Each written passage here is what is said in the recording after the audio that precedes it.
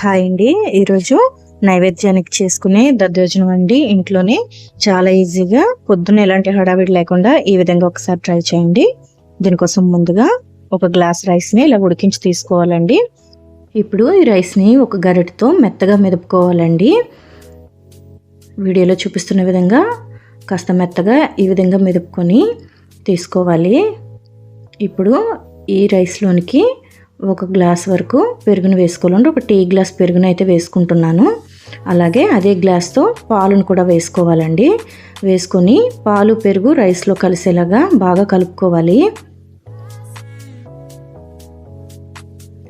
ఈ విధంగా కలుపుకున్న తర్వాత దీనిలో రుచికి సరిపడా ఉప్పును కూడా వేసుకోవాలండి. ఇలా ఉప్పు కూడా వేసుకొని మొత్తం కలిసేలాగా ఒకసారి బాగా కలుపుకొని దీన్ని ఒక పక్కన పెట్టేసుకోండి. ఇప్పుడు పోపు వేసుకోవటం కోసం స్టవ్ వెలిగించి ఒక ప్యాన్ పెట్టి దానిలో ఒక 1 టేబుల్ స్పూన్ ఆయిల్ వేసుకొని ఒక 1 టేబుల్ స్పూన్ జీలకర్ర, ఒక 1/2 టేబుల్ స్పూన్ ఆవాలు, అలాగే ఒక 1/2 టేబుల్ స్పూన్ మినపప్పు, ఒక 1/2 టేబుల్ స్పూన్ శనగపప్పు వేసుకొని కొద్దిగా ఇంగువను కూడా వేసుకొని ఒక 4-5 ఎండుమిర్చిని కట్ చేసి వేసుకోవాలండి. కొద్దిగా కరివేపాకును కూడా వేసుకొని వీటన్నిటిని కూడా బాగా వేయించుకోవాలి. మీడియం ఫ్లేమ్ పెట్టుకొని వేయించుకోవాలండి.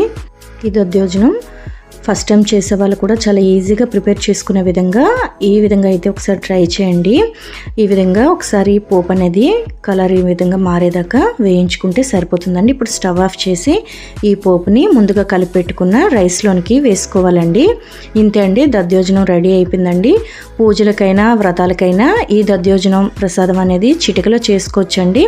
ఫస్ట్ టైం చేసే వాళ్ళు కూడా చాలా ఈజీగా చేసుకునే ప్రాసెస్ అండి ఇది.